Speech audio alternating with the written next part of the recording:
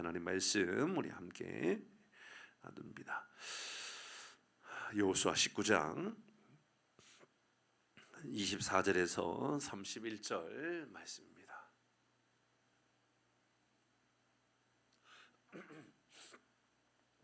여호수아 19장 24절에서 31절까지 말씀을 우리 교독에서 읽겠습니다. 제가 먼저 읽겠습니다. 다섯째로 아세일 자손의 지파를 위하여 그 가족대로 제비를 뽑았으니 알리와 알람 멜렉과 아맛과 미살이며 그 경계에 서쪽은 갈멜을 만나 시홀 림낫에 이르고 해 뜨는 쪽에서 라벳 스불론을 만나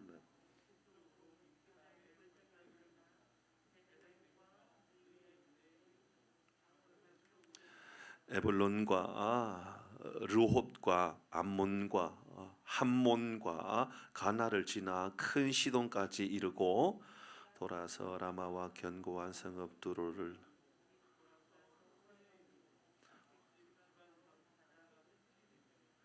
또 움마와 아벳과 르홈이니 모두 22 성읍과 그 마을들이라. 31절입니다. 아셀 자손의 지파가 그 가족대로 받은 성읍은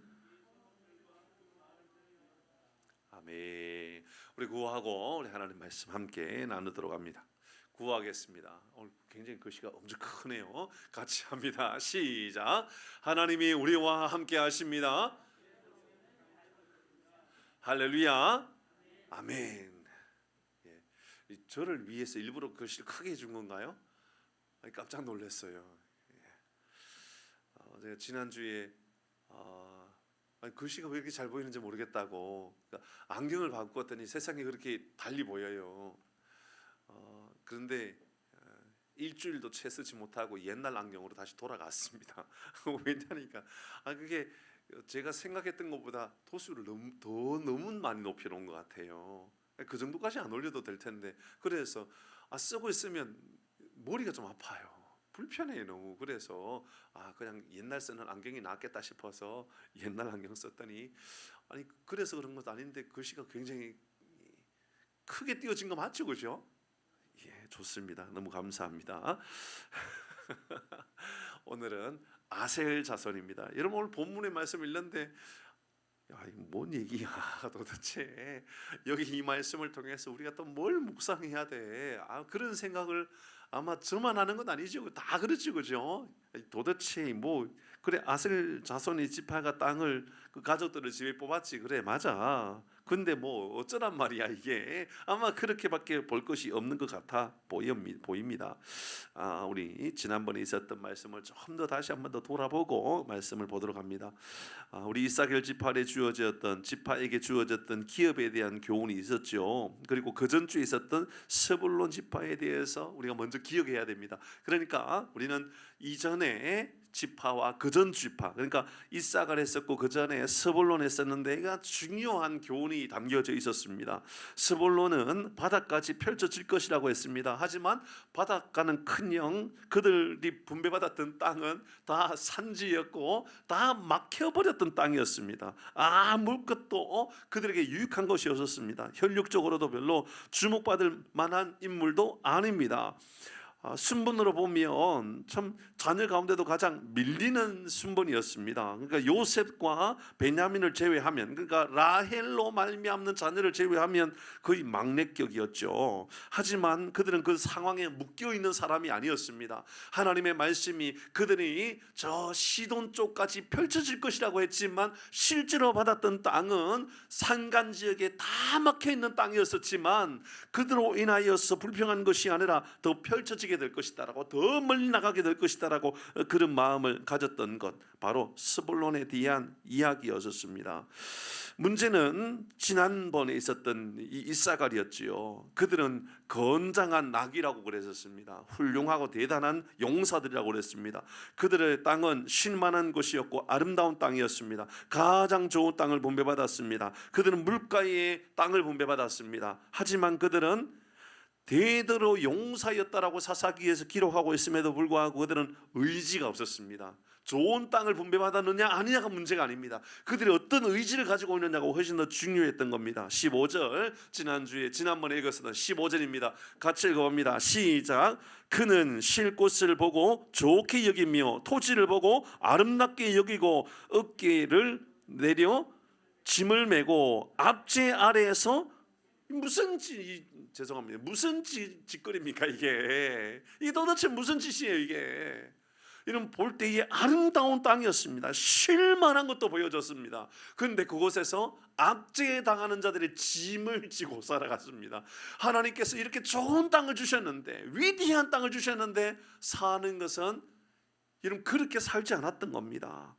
여러분 남의 짐을 지고 살아가는, 여러분 노예로 살아가는 것, 그들이 바로 그 삶을 살았다라는 겁니다. 하나님은 우리에게 아름다운 것을 주시기를 기뻐하시는 분입니다. 이것을 꼭 기억해야 됩니다.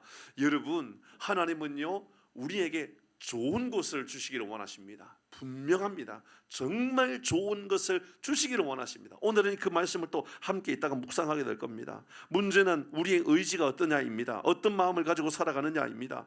종으로 살아도 그리스도인이라고 하는 명분을 내가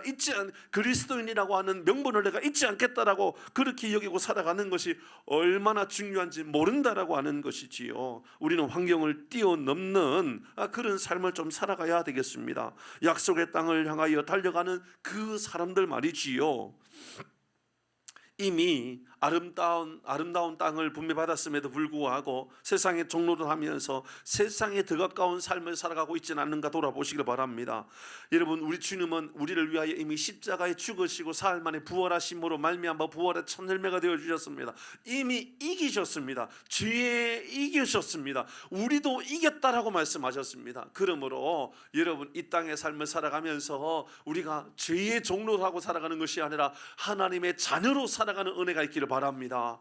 여러분 우리가 누군가를 꼭 기억했으면 좋겠습니다. 하나님 우리에게 얼마나 아름다운 우리의 인생을 보장해 주었는지 모르는 겁니다. 오늘은 아셀 자손 이야기입니다. 아셀 자손.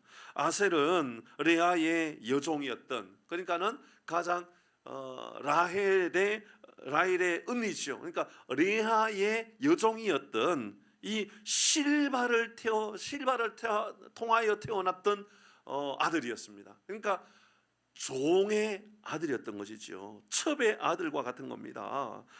그 여종의 자녀로 태어날 때에는 여종의 자녀로 태어났다라는 것 자체만으로도 이미 당시로 볼 때나 지금으로 볼 때나 치명적인 인생의 약점을 가지고 태어나는 겁니다. 그렇지 않을까요? 그렇죠? 인생의 치명적인 약점입니다. 몇 가지 중요한 사실들 한번 살펴볼까요? 먼저 지도 먼저 한번 보겠습니다. 앞에 또 화면을 꺼주시기 바랍니다. 자, 아셀, 므낫세 우리가 봤고요, 이사갈도 봤고요, 그렇죠? 스불론도 봤습니다. 그러니까는 스불론 이야기했잖아요, 조금 전에, 그렇죠? 다 막혀 있었습니다. 원래 스불론을 향하여 했던 말이 너희들 저 아셀에 있는 시돈 지역의 땅을 너희들에게 주겠다고 했는데 그 땅을 안 줬어요. 하나님이 그냥 저 산 안에, 마을 안에 갇혀 있는 저것을 하나님이 주셨단 말입니다. 근데 억울해하지 아니하고 펼쳐져 나갈 것이라고 했던 그 말씀을 의지했던 스불론이 있었습니다. 그 밑에 이사갈이 있었지요. 이사갈은 좋은 땅을 가지고 있었지만 그냥 종로로 하고 살았습니다. 그냥 그게 좋은 것이라고 여기고 살아갔습니다. 아셀 지파를 보지요. 아셀 지파는 네모 반듯해 보입니다. 조금은, 그지요? 길쭉하지요. 그러니까 왼쪽 지역, 그러니까는 서쪽 지역으로 볼 때는 지중해를 끼고 있습니다. 바다에. 그러니까 무역이 발달되겠지요. 그렇죠? 그러니까 그 지역의 시돈 지역이 바로 여기 있는 겁니다. 두론과 시돈이 여기에 있었던 겁니다. 항구가 있고 배가 많이 들러다니고 유럽에 많은 물류들이 왔다 갔다 하고 있는, 그러니까는 잘 사는 곳입니다. 그렇겠죠, 그렇죠? 물질적으로 풍요로운 곳입니다. 그런데 여러분 항구가 주변에 아무것도 없이 그냥 항구가 있을까요? 아니면 주변에 그래도 살만한 곳일까요? 그렇습니다. 여러분 아셀 지역은 평야도 있는 지역이고 강도 있는 지역이고 바다도 있는 지역입니다. 너무너무 좋은 곳입니다. 그곳이 바로 아셀 지역입니다. 여러분 아셀 지역에 보면 오른쪽으로는 납달리가 있습니다. 그죠? 뭐 동쪽이죠. 납달리가 있고요. 왼쪽으로는 바닷가가 있고 밑으로 보니까 므낫세나 스불론이 있고 든든하지 않습니까? 그죠? 가장 든든한 지역입니다.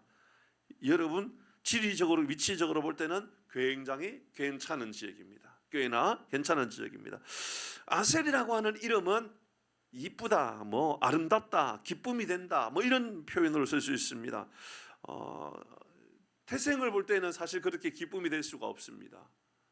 그렇게 복이 될 수도 없고 태생으로 볼 때는 행복한 자라고 태어날 수가 있는 사람이 아니었습니다. 그러나 여러분 그는 지금 몸종의 아들의 둘째니, 몸종의 아들이 둘이 있었는데 둘째니 이런 별로 볼품없는 아들, 그래서 서열로 볼 때는 상당히 천대받기에 딱 맞는 그런 위치에 있는지도 모르겠습니다.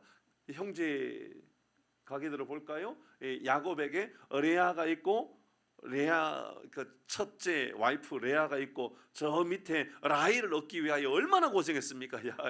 이 야곱이. 그런데 이 레아의 몸종이었던 실바를 통하여 태어났던 아셀이었습니다. 빨간 것 있죠? 8번째 아들입니다. 8번째. 그렇지만 실바를 통하여 태어났던 것은 둘째죠, 그죠? 둘째입니다. 그냥 누가 보아도 이 레아의 몸종의 둘째 아들이니 그냥 뭐 존재감이 없는 사람이겠구나 이렇게 느껴질 수 있겠죠, 그렇죠? 존재감이 없는 인물로 충분히 볼 수가 있는 겁니다.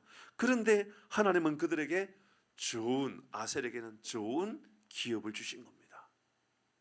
참 놀랍지 않습니까? 분명히 이런 아셀도 다른 형제들에 비해서 상당히 여러분 열등감이 생길 만한 위치에 있었습니다. 하지만 하나님은 아셀을 그냥 소외된 위치에 그냥 둔 것이 아니라 여러분 차별하지 아니하고 좋은 땅을 주신 겁니다. 그의 마음은 하나님 내가 왜 이렇게 태어나야 됩니까? 하나님 내가 왜 몸종의 아들로, 내가 왜 이렇게 서자로, 내가 왜 이렇게 천한 사람으로 태어나야 됩니까? 그런 마음을 가질 수 있었을 것입니다. 그러나 하나님은 그렇게 보시지 않았던 겁니다. 하나님은 그러함에도 불구하고 얼마나 존귀한 사람으로, 얼마나 멋진 사람으로 그를 세워주는지 모릅니다. 이 약속의 메시지들은 바로 야곱의 축복이나 또 모세의 축복을 통하여 알 수가 있습니다. 우리 살펴보도록 하겠습니다. 야곱이 이 아셀을 어떻게 축복하고 있습니까? 창세기 49장입니다. 49장 20절 말씀 같이 읽어봅니다. 야곱이 이렇게 축복합니다. 시작. 아셀에게서 기름진 것이라 그가 여러분 대단합니다. 아셀이 뭐 대단한 인물이어서 그런 것이 아닙니다. 아셀이 대단한 사람이라 그런 것이 아닙니다. 하나님은 여러분 그가 비록 부족하고 그가 비록 출생이 연약하고 그가 비록 너무너무 볼품없는 사람인 것처럼 보여져도 하나님은 이런 그를 그렇게 여기지 않았습니다. 아셀에게서 나는 먹을 것은 기름진 것이라 감람나무 유입니다. 오늘날 말하면 올리브유입니다.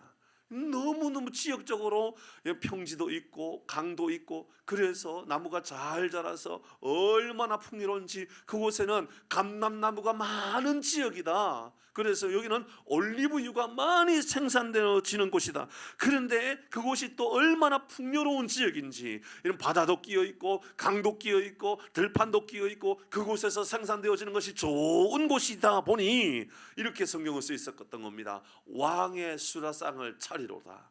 뭐냐면 진수 바로 이것은 이 진상에 올리게 되는 왕의 상에 올리게 되는 그런 음식물이 바로 이 아셀 지파에게 주어졌다 이렇게 이야기하고 있습니다. 하나님 나는 왜 이 모양 이 꼴입니까? 이게 아니라 하나님 그에게 얼마나 좋은 배려를 해주고 있는지 모릅니다. 얼마나 좋은 땅을 그들에게 주고 있는지 모릅니다. 해안에 거주하는 것뿐만 아니라 주변에 있는 들판들, 주변에 있는 많은 산들, 이 평야들, 뭐 이런 두루두루 모든 것을 갖추고 특별히 두로와 시돈과 같은 큰 항구를 가짐으로 말미암아 많은 물류가 이루어지고 많은 물질들이 그들에게 주어지게 될 것이다. 야곱은 바로 이렇게 축복해 주었던 겁니다. 그리고 그대로 이루어졌던 것이죠. 아까 지도를 보니까 그대로 이루어진 것 아닙니까? 그렇지요? 모세도 그렇게 예언했습니다. 신명기 33장 잘 보셔야 됩니다. 24절 25절의 말씀에 보면 모세가 이렇게 예언합니다. 24절입니다. 시작. 아셀에 대하여는 일러서되 아셀은 아들들 중에 더 복을 받으며, 자 잠깐만요, 아들들 중에 더 복을 받으며, 맞죠? 그죠? 이렇게 된 겁니다. 아들들 중에 더 많은 복을 받으며, 여기서 끝이 아닙니다. 아들 중에요 너무너무 좋은 땅을 얻었다 그 말입니다. 그것으로 끝나지 않고 그 다음에 시작. 그의 형제에게, 달리 말하면 형제들에게 먹을 것을 공급해 줄 만큼 넉넉하고 형제들에게 나누어 줄 만큼 좋은 땅을 받았다, 그 말을 하고 있습니다. 모세가 볼 때 아셀은요 하나님께서 주시는 풍족하고 넉넉한 땅에 임할 것이다라고 예언해 주었던 겁니다. 뒤에 이어서 그의 발이 기름에 잠길지니라. 얼마나 풍요로우면, 여러분 발을 내딛는데 올리브유가 막 넘쳐나는 거예요. 넘쳐나는 거예요. 그래서 발로 밟고 다닐 만큼 넉넉한 부유로운 땅에서 살게 될 것이다. 여러분, 우리가 생각할 때에 하나님, 나는 왜 이 모양 이 꼴입니까? 나는 왜 이 정도밖에 못 삽니까? 나는 왜 이것밖에 안 됩니까? 나는 왜 서자입니까? 나는 왜 첩의 자녀로 태어났습니까? 여러분, 혹시나 원망해 본 일은 없습니까?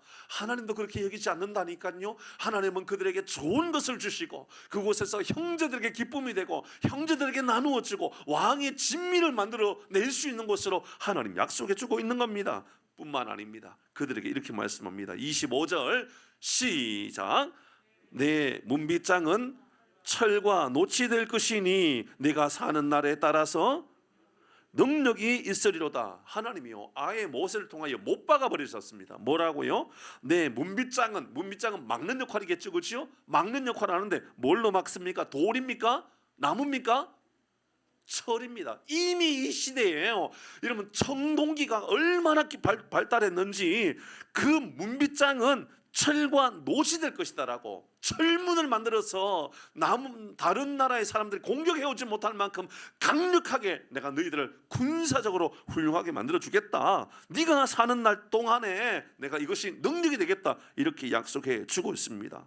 여러분, 문빗장은 철과 노쇠로 되어서 강력한 힘을 가지고 있습니다. 기본적으로 방어하는 능력입니다. 누구도 함부로 공격할 수 있는 것이 아니다라고 분명하게 약속해 주고 있습니다. 아셀의 문빗장은 여러분 걸어 잠궈버리면 누구도 공격해 올 수 없는, 이방신들조차도 넘어올 수 없는 그런 공간이 바로 이 아셀이라고. 그러니까 다시 지도를 봐야 되겠지요. 다시 지도를 한번 더 보겠습니다. 조금 전에 봤던 지도를 보면요, 보시지요. 아셀 위쪽으로 보니까 여러분 위쪽에, 그러니까 가나안 땅을 점령해서 넘어올라 그러면 아셀을 통하여 넘어올 가능성이 많겠죠. 바다 주변을 통하여, 광야 땅을 통하여서 넓은 땅을 점령해서 공격해 들어올 수 있지 않겠습니까? 그러니까 아셀 지역은 하나님이 이렇게 보장해 줬던 겁니다. 야, 너 서자 아니냐? 너 어렵게 태어나지 않았느냐? 그러나 너 걱정하지 마. 내가 그곳을 풍요롭게 만들어주고 좋은 곳으로 만들어주고 너의 형제들에게 기쁨이 되고 왕까지 먹일 수 있는 좋은 진미까지 만들 수 있는 곳, 바로 너의 땅을 그런 땅으로 만들어줄 거야. 그런데 말이야, 걱정하지 않아야 될 것 있어. 그곳에 내가 문빗장을 만들어 놓는데 이 철 가지고, 구리 가지고, 노슬 가지고 그곳에 문빗장을 만들어 놓을 테니까 외침도 못하도록 내가 든든하게 막아 놓을 테니 걱정하지 마, 이렇게 말씀하셨습니다. 하나님 이런 복을 아셀에게 주셨습니다. 자, 이 말씀을 통하여 우리의 마음에 새겨야 될 중요한 교훈들 한번 살펴보도록 하십시다. 하나님은 먼저 차별이 없으시고 여전히 그들에게 은혜를 베풀어 주시는 하나님이라는 것을 알 수가 있습니다. 아셀은 누누이 말씀드렸지만 첩의 아들입니다. 실바의 둘째 아들입니다.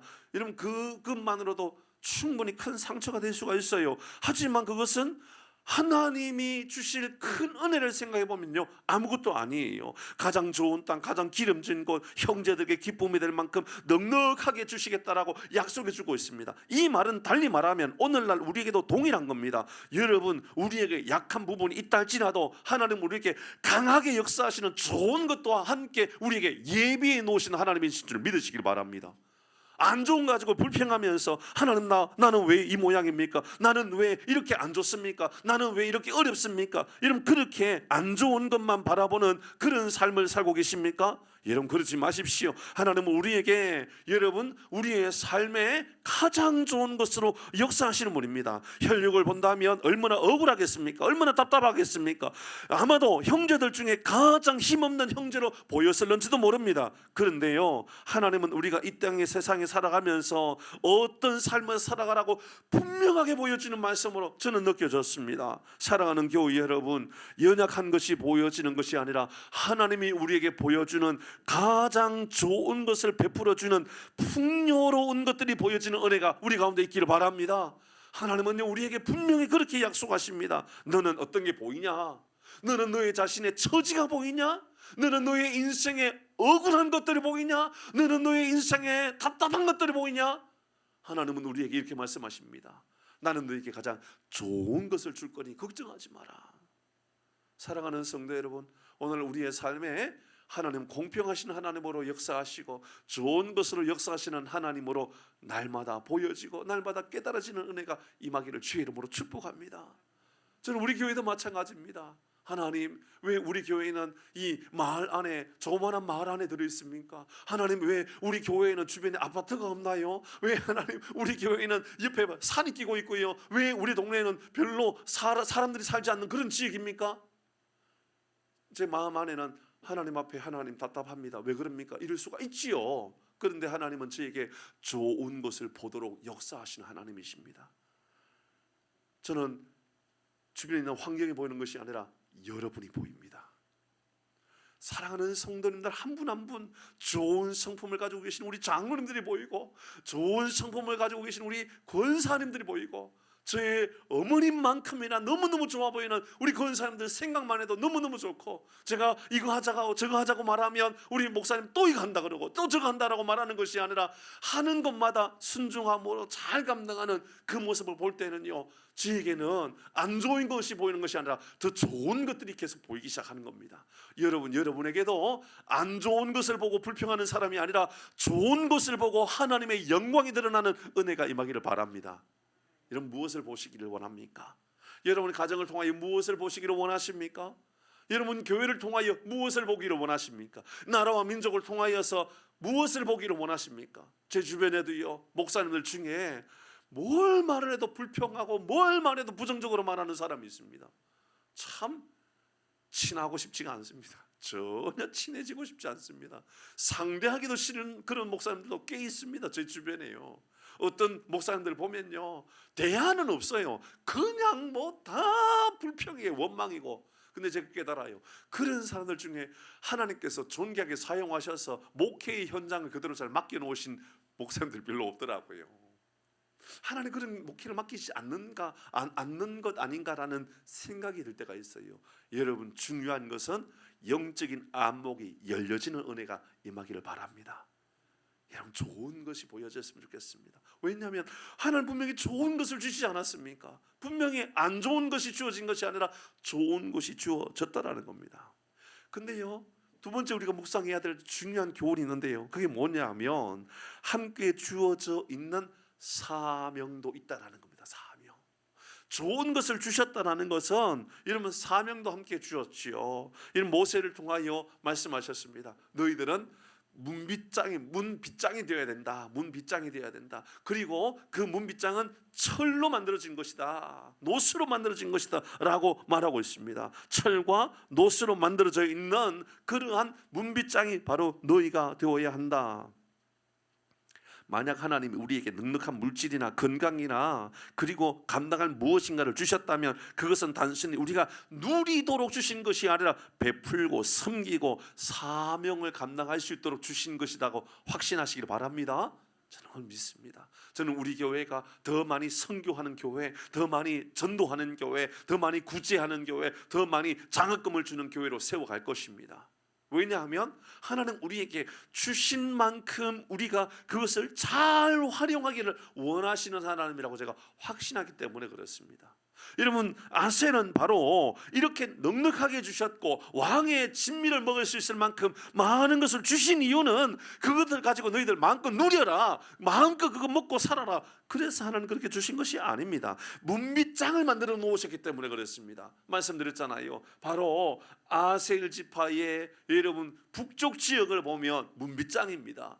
이국의 나라들이 넘어올 때에 바로 문과 대문과 같은 역할을 하는 것입니다. 저것을 통하여서 이방의 신들이 넘어올 것이고 저것을 통하여 이방의 나라의 군사들이 공격해 넘어올 것입니다. 그러니 여러분 해야 될 일이 있다면 다른 형제를 막기 위해서라도 아셀의 지파의 사람들은 든든히 세워져 있어야 되는 겁니다. 하나님이 저들에게 많은 물질을 주시고 부유하게 하시고 저들에게 먹을 것이 양식이 넉넉하게 하셨던 이유는, 저들에게 철과 노스로 문빗장을 만들어 놓으신 이유는 형제들을 막아내는 능력이 너희들에게 있다라는 것을 알려주기 위함이지요. 사실 알고 보면 한 달란트만으로도 충분히 우리가 감당할 만한 사명은 있는 겁니다. 믿으시기를 바랍니다. 2달란트 없다고 여러분 원망하면 안 돼요. 여러분 5달란트 없다고 원망하면 안 돼요. 여러분 1달란트 가지고 있는 사람, 그런 사람은요 5달란트 가지고 있어도 여전히 원망할 사람이고요, 여러분 1달란트 가지고 있는 사람은요 10달란트를 가지고 있어도요 여전히 원망할 사람들입니다. 이 지금 여기에서 나오는 이 아셀 지파에게 이렇게 좋은 것들 준 이유는 그들이 해야 될 사명이 있기 때문에 그렇습니다. 그들이 해야 될 문빗장의 역할, 문빗장은 어떤 역할이라고요? 막아내는 역할입니다. 맞죠, 그죠? 막아내는 역할입니다. 그러니까 함부로 공격에서 넘어오지 못하도록 막아주어야 됩니다. 그런데 지금 그들이 뭔 짓거리를 하고 있는지 보도록 하십시다. 그들이 지금 아셀이 어떤 일을 하고 있는지 보도록 하십시다. 사사기 1장에 넘어가면 이 아셀 지파가 어떤 행동을 하고 있는지 바로 나옵니다. 요수를 지나서 사사기에 넘어가면 이렇게 이야기합니다. 31절 같이 읽습니다. 천천히 합니다. 시작. 아셀이 악고 주민과 시돈 주민과 알람과 악십과 헬바와 아빅과 르홉 주민을 쫓아냈다, 쫓아내지 않았다? 쫓아내지 않았다고요. 능력은 있어요, 없어요? 있어요. 능력이 있는데 쫓아내지 않은 겁니다. 사명이 있는데 사명을 감당하지 않는 겁니다. 달란트가 있는데 달란트를 땅에 묻어버린 겁니다. 별 문제 없다라고 여기는 겁니다. 지금 내가 누리고 살아가는 것, 이것만으로도 충분히 괜찮다라고 여기고 살아가는 것이지요. 32절입니다. 이렇게 말합니다. 시작. 아셀 족속이 그 땅의 주민 가나안 족속, 어디에 거했다고요? 가나안 족속 가운데 거주하며 하였다고요. 가나안 족속 사람들하고 어울리면서 그냥 살아가는 거예요. 좋은 것 주셨지만, 사명 주었지만 그거 감당하지 못한 거예요. 그리고 이어서 이렇게 말합니다. 이는 그들을 쫓아내지 못했다라고 이야기합니다. 능력을 주었지만 능력으로 살지 않았던 겁니다. 사랑하는 교회 여러분, 여러분도 돌아보시길 바랍니다. 여러분 나만 아니면 되고, 나만 잘 되면 되고, 나만 좋은 것 누리고 살아가면 된다라고 생각하고 살아가십니까? 여러분 그것은 혹시나 우리가 아셀 지파와 똑같은 생각을 가지고 살아가고 있는 것은 아닌가라는 것이지요. 숨겨둔 달란트가 아니라 위대하게 쓰임받는 달란트, 그런 삶을 우리 모두가 살아갈 수 있기를 주의 이름으로 축복합니다. 여러분 이렇게 사명이 무너질 때에 주어져 있는 사명을 감당하지 못하고 묻어버리면 우리 주님은 우리에게 여러분 그 나무를 불에 던져 버리겠다라고 말씀하지 않았습니까? 그 사명을 내가 빼앗아 버리겠다고 말씀하지 않았습니까? 여러분 이것은 조롱거리와 되는 것과 똑같습니다. 여러분 그 이야기가 사사기 5장에 보면 나와요. 참 마음 아픈 이야기인데요. 드보라가 전쟁을 하는데 동참하지 않았던 지파에 대한 이야기를 해요. 함께 전쟁을 해야 되는데, 이방의 사람들과 함께 전쟁을 해야 되는데, 여러분 드보라가 사사로서 지금 전쟁을 치러야 되는데 아셀은 뭐 하고 있는지 보십시다. 아셀이 했던 일입니다. 5장 17절 같이 합니다. 시작. 길르앗은 요단강 저쪽에 거주하며, 여러분 길르앗도 공격에 동참하지 않았다 그 말입니다. 그 다음에 다는 시작. 다는 베베 머무름이 어찌 됨이냐 그 다음입니다. 시작. 아셀은 해변에 앉으며 자기 항만에 거주하도다. 이러면 이 말은 드보라가 이러면 조롱하는 말입니다. 넌 도대체 뭐 하는 놈이냐? 지금 뭐 하고 있죠? 항만에. 그러니까는 시돈 지역에 큰 항구를 하지 않았습니까? 그곳에요 항구 옆에 앉아가지고 그냥 내가 누릴 것만 누리면 돼 그러고 있는 겁니다. 형제들이 지금 전쟁을 해야 되고 형제들이 지금 전쟁을 막아내야 되는데, 그리고 하나님은 분명히 너희들에게 문빗장이 되어서 철로 만들어져서 너로 인하여서 형제들 다 막아내는 능력을 너에게 주었다 그랬습니다. 근데 지금 아셀은 뭐합니까? 항만에 앉아있다고 이야기하고 있습니다. 비난을 받고 있는 거죠. 조롱거리가 되었던 것입니다. 사랑하는 성도 여러분, 북방의 공격을 막아내야 되는 역할은 바로 아셀에게 주어졌던 겁니다. 지킬 수 있는 능력도 주었습니다. 넉넉한 땅도 주었고요, 넉넉한 물도 주었고요, 넉넉한 물질도 주었고요, 넉넉한 기름도 주었습니다. 넉넉한 사명 주었습니다. 그런데 사명과 상관없이 살았다 그 말입니다. 그럴 때 비난거리, 조롱거리가 되었다고요. 우리 교회도 마찬가지입니다. 우리 교회가 여러분 교회다운 교회가 되는 것은 사명을 잘 감당하는 교회가 되는 겁니다. 전도하는 교회가 되는 것이고, 좀 어렵고 힘들어도 전도 현장에 나가는 것이고, 선교하는 일들을 위해서라면 우리가 빚을 내서라도 해야 되겠다, 그런 마음을 가지는 겁니다. 목사님, 우리 재정이 부족한데 어떻게 선교합니까? 여러분, 혹시나 선교비가 부족하거든, 하나님 내가 이거 감당하고 싶습니다. 나로 말미암아 이 선교 사역을 감당하고 싶습니다. 여러분, 아셀의 마음은 바로 그런 거예요. 내가 문빗장이 되어서 하나님, 내가 이 선교의 문에 내가 문빗장 되어서 이방신이 절대로 공격에 넘어오지 못하도록 내가 막아내겠습니다. 사랑하는 교회 여러분, 우리 모두가 함께 우리 교회, 선교하는 교회, 전도하는 교회, 구제하는 교회, 영혼을 살리는 교회, 여러분 그런 교회가 되어 하나님의 기쁨이 영원히 우리 교회 가운데 머물기를 주의 이름으로 축복합니다. 우리 교회가 아셀이라는 이름처럼 기쁨이라고 하는 이름, 행복이라고 하는 이름을 가졌다면 사명을 감당해야 할 역할도 우리에게 있는 겁니다. 말씀을 마무리합니다. 좋은 땅이냐 아니냐가 중요한 게 아니에요. 사명이 뭐냐가 중요한 게 아니에요. 가장 중요한 것은 사명대로 살고 있느냐, 말씀대로 살고 있느냐, 약속대로 살고 있느냐가 가장 중요한 겁니다. 하나님은 우리에게 공평하신 하나님임을 꼭 기억하십시오. 내 삶에 여러분 억울하고 답답한 것이 보여지는 것이 아니라 위대하고 존귀한 하나님이 보여지고 하나님의 손길이 보여지는 은혜가 우리 가운데 임하기를 주의 이름으로 축복합니다. 두 번째 나누었던 겁니다. 귀한 것들이 보여지는 것이지요. 그것은 바로 우리에게 주어진 사명입니다. 아무리 작은 달란트를 할지라도 그 은사는 문빗장이 되어서 민족을 맡고, 여러분 우리 가족을 맡고, 우리의 영적인 이런 갈등들을 막아내는 역할을 그거 감당하는 거지요. 세 번째는 여러분 이 사명을 감당하지 못한다면 그냥 그 자리에 주저앉아 버려 있는, 그래서 하나님 앞에 책망받는 사람으로 끝날 수 있다라고 하는 위기의식입니다. 여러분 지금 코로나 시대이지요. 저는 너무너무 우리 교회가 자랑스럽습니다. 정확하게 말하면 우리 교회라고 하는 건물이 자랑스러운 것이 아니라 우리 성도님들이 자랑스럽습니다. 이곳에 계시는 한 분 한 분이 얼마나 자랑스러운지 몰라요. 야, 뭐 하자 그러면 이러면 예 목사님 뭐 하십시다 하고 나니까 너무 행복합니다. 우리 뭐 하십시다, 예 목사님 그렇게 하십시다.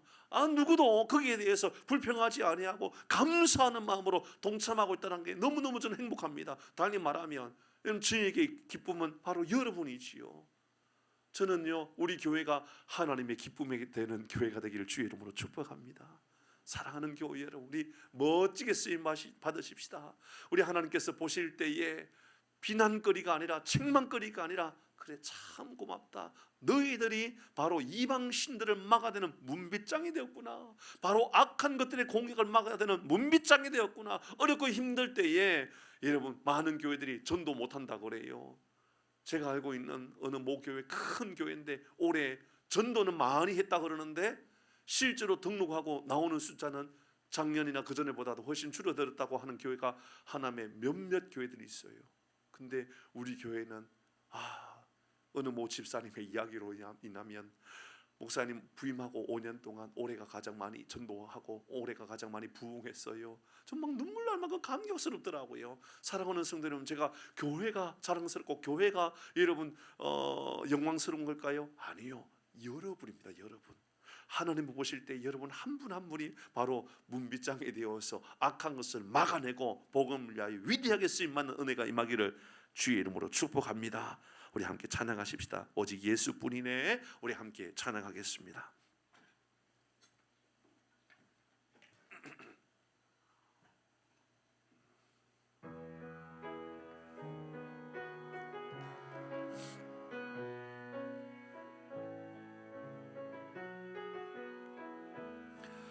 은혜 아니면 살아갈 수 없네. 은혜 아니면 살아갈 수가 없네. 호흡마저도 다 주의 것이니 세상 평안과 위로 내게 없어도 예수 오직 예수뿐이네. 은혜 아니면 살아갈 수 없네. 은혜 아니면 살아갈 수가 없네.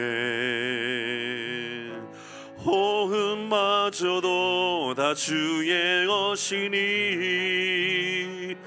세상 평안과 위로 내게 없어도 예수 오직 예수뿐이네. 크신 계획 다 볼 수도 없고 작은 고난에 지쳐도 주께 묵힌 나의 모든 삶 버티고 견디게 하시네.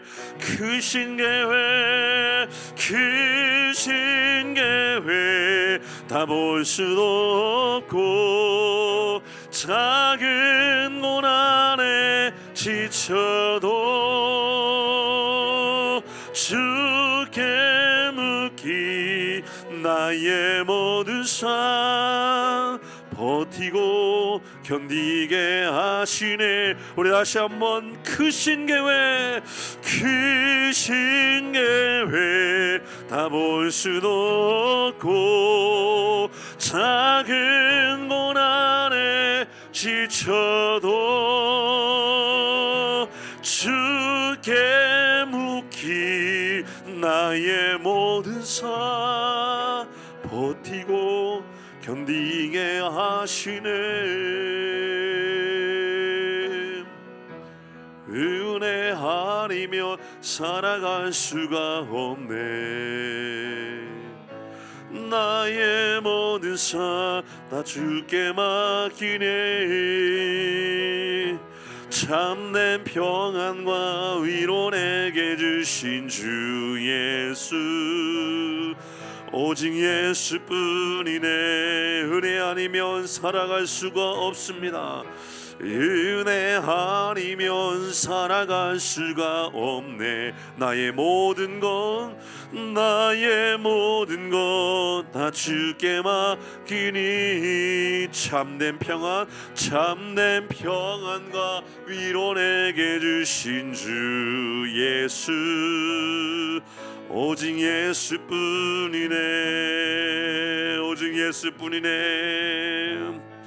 오직 예수뿐이네. 오직 예수뿐이네. 오직 예수뿐이네.